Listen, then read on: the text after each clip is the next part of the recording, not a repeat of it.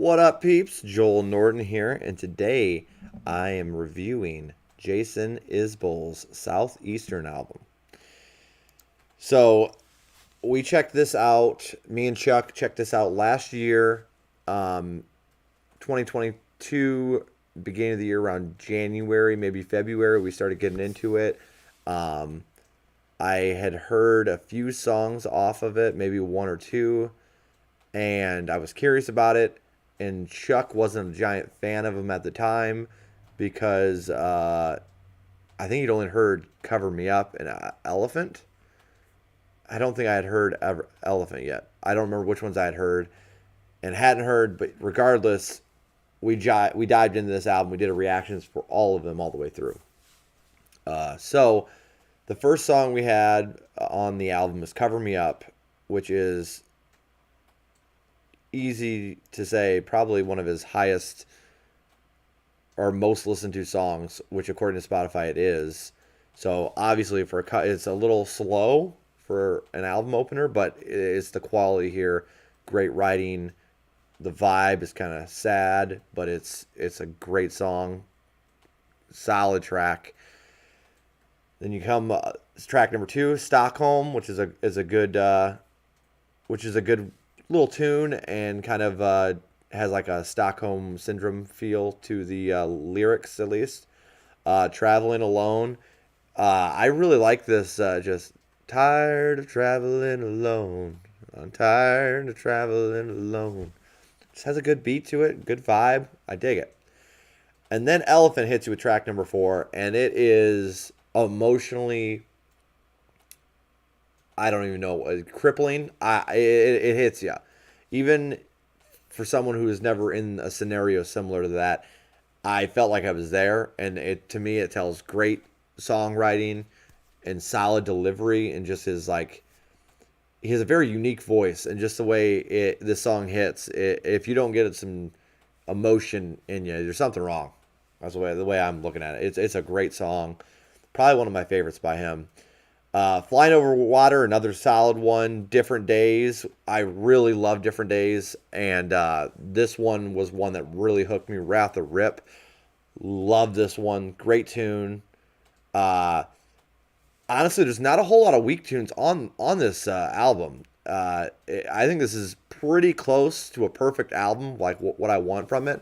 There's a few songs that might be like hit and miss for me at times. New South Wales. Live Oak, those two, and maybe Stockholm every once in a while, they kind of drop in and out of my list, but they're still solid songs, and it's just more so that I need to be in the mood for them. But Different Days is definitely up there, one of my favorites on this album. Song She Sang in the Shower, another really good one. This whole album is, like I said, is top tier.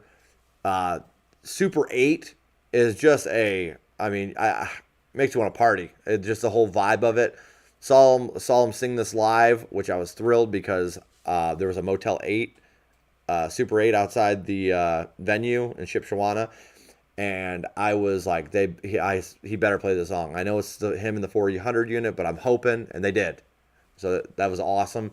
Super 8 is a really good, a little more upbeat comparatively to the rest of the songs on this album.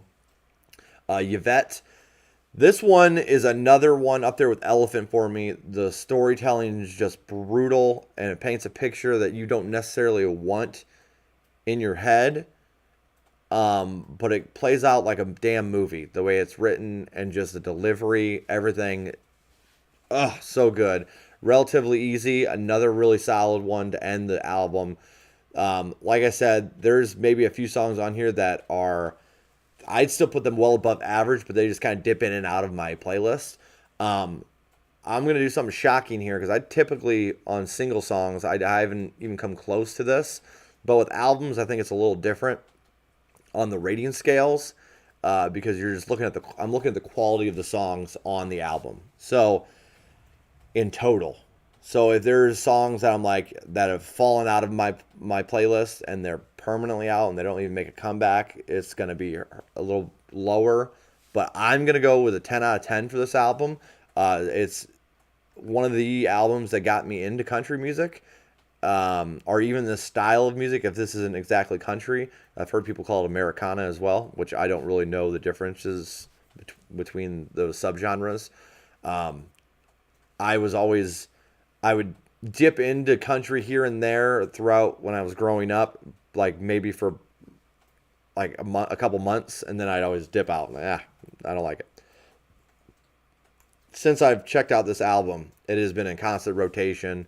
I was pissed off because I missed him live last year, and then I was able to uh, rectify that situation this past week or so. So I'm freaking stoked about that. Fantastic live. This album is an absolute must listen to. Even if you're not into country, I think this is the songwriting alone is enough to do it for me. So I really love his delivery. I think that took a little bit of getting used to, Jason's delivery, just because it wasn't what I was expecting. But all in all, this album is so solid, like all the way through. Like I said, I don't have one song on here that I dislike. I don't have one song here that I find average. New South Wales, Live Oak, and Stockholm, like I said, they dip in and out, but they've always come back, and I enjoy them for a period of time. They've dropped back out. I recently just added them back into the playlist, and I have no problems with it, but just comparatively to the rest of the album, I dig it the rest of the album a lot more. So I think I would say if I had to pick the worst song on this album, I'm going with New South Wales. But again, that's me like forcing myself to pick the worst track. I freaking love this album. It is an absolute 10 out of 10 for me. And you guys drop down in the comments and let me know what your favorite track is off of this album. Let me know if you agree or disagree with me. And it's all opinion. So we'll see what happens, guys. If you enjoyed the review, do me a favor, hit like, hit subscribe, come join the community, have some fun with us, guys. Hopefully you enjoyed. Until next time, peace.